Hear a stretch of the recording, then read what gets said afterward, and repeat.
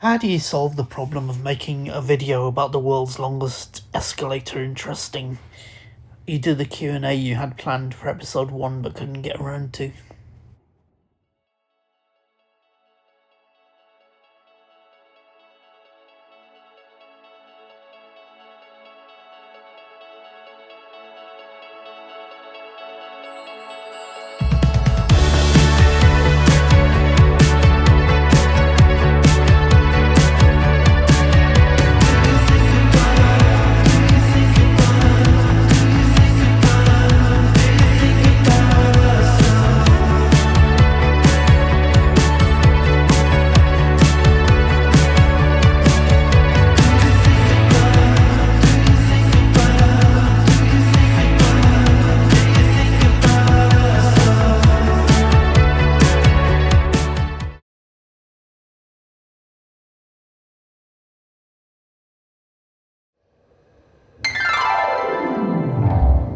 Question 1.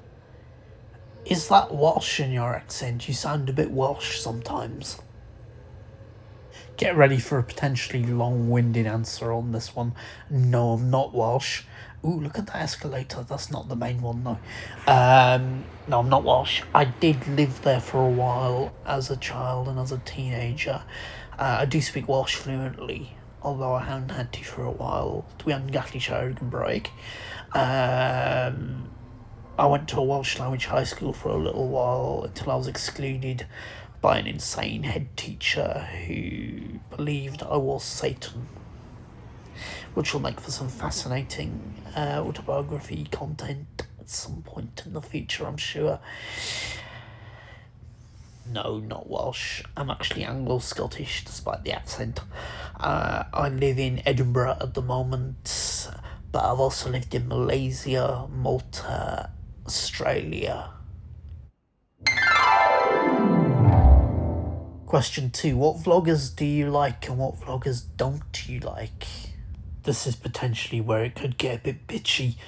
I follow a lot of the travel/aviation/food community, and it really is a community. I'm quite fond of Josh Cahill or Cahill. I'm a fan of Noel Phillips, although Noel, mate, you do need to actually see a bit more of the destinations rather than just getting straight back on the plane. Who else? Worldwide Dom is local to me. He's just taken off, no pun intended. He's worth a watch. He's good fun. Scott Mason's probably my favourite from Planes, Trains, Everything, based over in Paisley. He's probably the most professional out there at the moment. He's definitely worth checking out if you guys don't know him already. And he's also written a book as well, which is available on Amazon. Ed Chapman, very funny guy, although you might have competition for Gingerness very soon, hopefully. Kieran Carling's amazing. Who don't I like? This is more interesting, isn't it? Who don't I like? Non-stop Dan could be stopped by a bus quite easily. It's nothing to do with your perfect teeth, your perfect husband, and the unlimited resources of cash, Dan. Oh, I'm joking pretty much. I'm actually quite like Dan, really. I'm not jealous at all if you're watching this. One of my 30-odd subscribers. No, the one I genuinely don't like, and I don't mind saying this, is Trek Trendy. Talk about smug. Come on, Trek. Let's have a feud. Yes, I might only have a handful of subscribers so far, but one day I'll have more than you. Let's have a staged feud. Come on, bring it on. You can involve your awful gormless wife and your horrible mother as well. Why do you take those on cruise ships with you?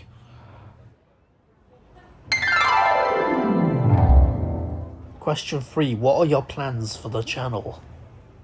I'm aware of how amateur this content does look sometimes. The reason for that is I don't even have a laptop at the moment. My laptop broke a few months ago. I'm editing on iMovies and using an iPhone to film, which isn't ideal. I am getting a Mac soon. in a few weeks, hopefully, and I'm going to be launching a whole load of different ideas and projects on YouTube to see which ones you guys take to and which ones you don't. Feel free to leave comments. Obviously, constructive criticism's always good. I have had some good advice, some not so fantastic advice, also including give it up before you've even started, which wasn't too helpful. But no, I mean, my future definitely does not lie behind a civil service desk in Edinburgh.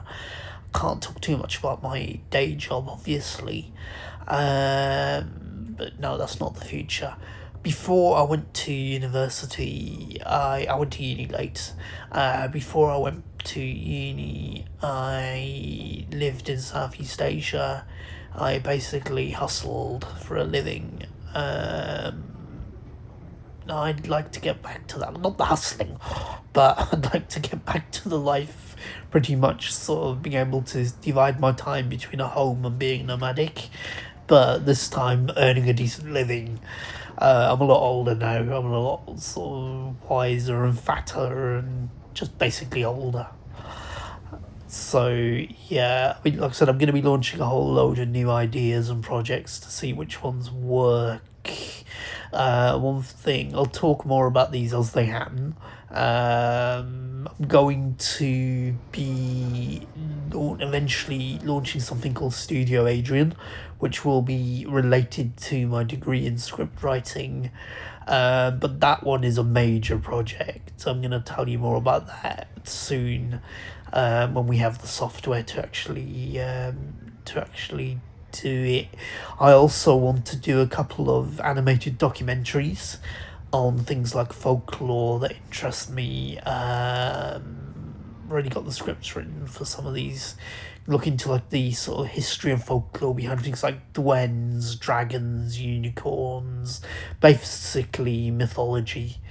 That's something that's definitely going to be coming along soon when we have the software to actually do it. But yeah, stick with me, subscribe, stick with me. There'll be some interesting content and it will look a lot better than this stuff. And there'll also be a lot of food and a lot of travel.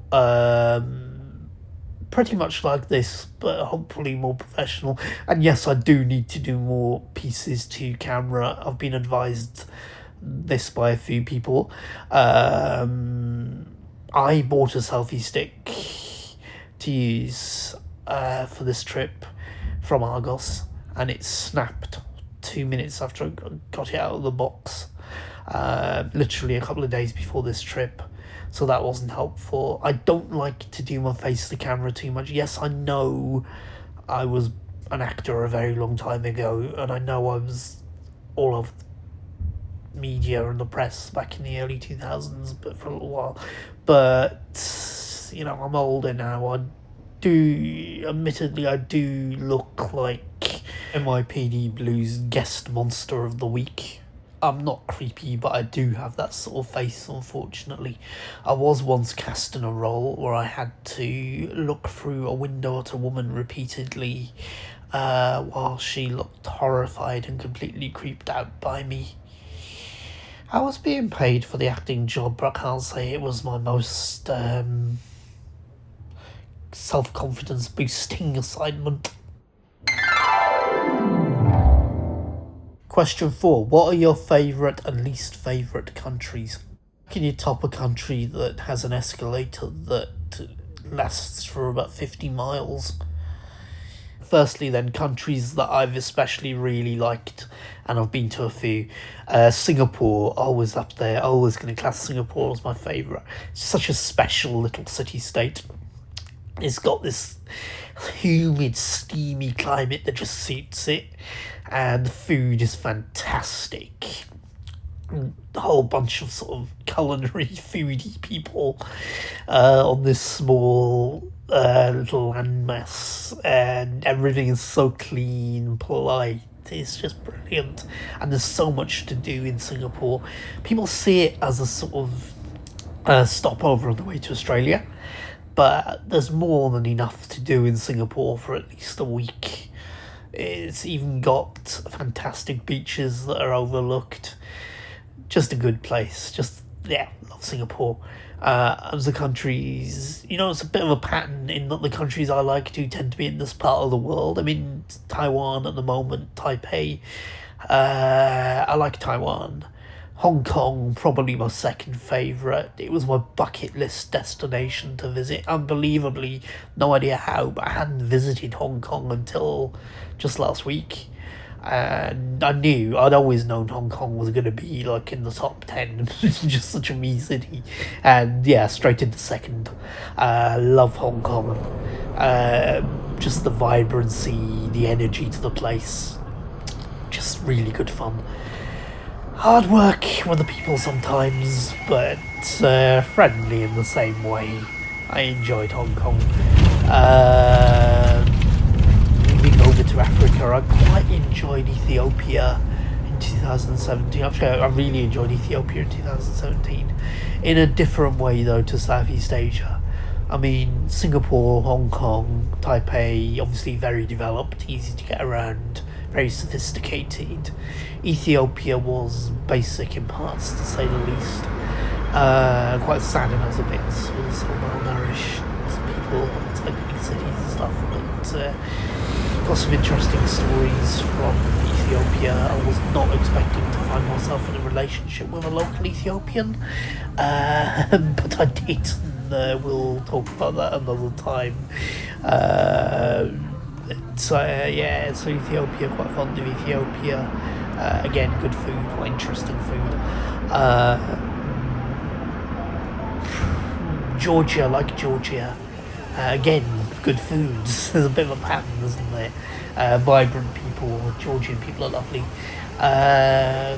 Countries I don't like or haven't liked so much. Not that many, no. Not that many. I visited Ukraine in 2009. Not long after they just launched a tourism drive and abolished visas. I was one of the first tourists for that. I was there about a month and it was too long. Found the people very, very hostile. Contrast to Russia, unbelievably, where they're actually surprisingly friendly. So I don't know, maybe I just arrived at a wrong time. Obviously with a war going on, not gone back to check it out just yet. But at some point I would like to go back to Ukraine and see if maybe I just arrived at a bad time. Portugal, I didn't have the best experience, but that was my own fault. At 17, I got offered a fruit picking job, went down on a one-way bus ticket, couldn't do the job, and ended up sleeping rough in Lisbon for a little while. Wasn't exactly impressed by the Portuguese at that particular point, but I think that's possible because I was probably smelly and homeless. So no, I'll give Portugal another chance, definitely. Actually, I somehow forgot to mention the Netherlands. I spent a lot of time in Amsterdam as a teenager, handing out leaflets for a club to make a living, while everyone else my age was in school doing their GCSEs. Question 5. What would the ideal Ade meal look like? Contrary to people who know me's beliefs, I don't survive entirely on a diet of snakes, scorpions, slugs, locusts, etc. when travelling. There have been a few, as you could probably tell if you look through my online photo albums, but I do tend to eat relatively normal food as well. In fact, tomorrow I have a booking here in Taipei for a place that does beef Wellington, and unlike most places in the West that does beef Wellington, it's not for a minimum of about 10 people and about €300 a go, so I'm looking forward to that. But no, food's a big part of my life. I do enjoy the food in Asia when I'm travelling. Yeah, particularly fond of cooking up some salmon at home as well. Fry it lightly with a bit of lemon, that's all you need. No fancy sauces or heavy sauces that kill the taste of the fish. That just annoys me. Best salmon, lightly fry it. Simple. Maybe a bit of lettuce. Maybe some chips. Done.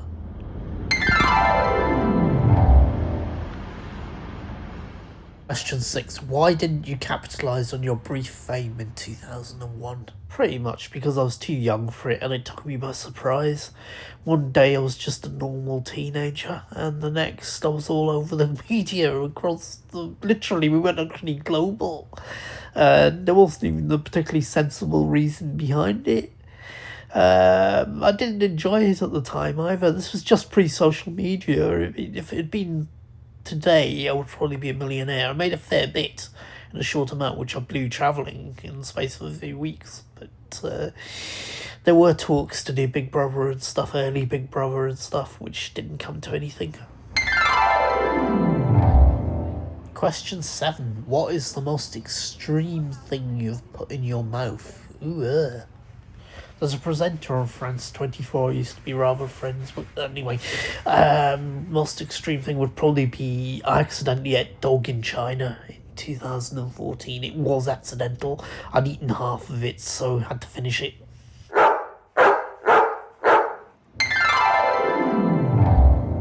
Question 8. What really annoys you about travelling? Okay, perfect example would be here in Taiwan. Obviously spent quite a bit to get here, looked forward to it, massively detailed plans, and slept for about 2 days due to jet lag. Question 9. Have you ever been seriously hurt or felt in danger while travelling? 2 experiences probably spring to mind. One when I was the victim of a rather silly prank for a YouTube channel in Kyrgyzstan, which went viral and involved a man waving a knife at me apparently as a joke. We'll talk about that in another video. It's quite long-winded, but I wasn't very amused, and the police did get involved. And secondly, the moment where I thought, oh my god, why haven't I got insurance? I'm in the middle of Ethiopia, was when I got out of a taxi and went straight through the pavement. Literally up to my neck in literally the pavement. Basically this little ginger head growing out of the ground, and the locals were completely nonplussed. This is a small town in Ethiopia. It was probably the first white guy I'd ever seen, and nobody was particularly bothered. It was a slight sort of, oh, Ferengi, you give us money, burr, totally nonplussed.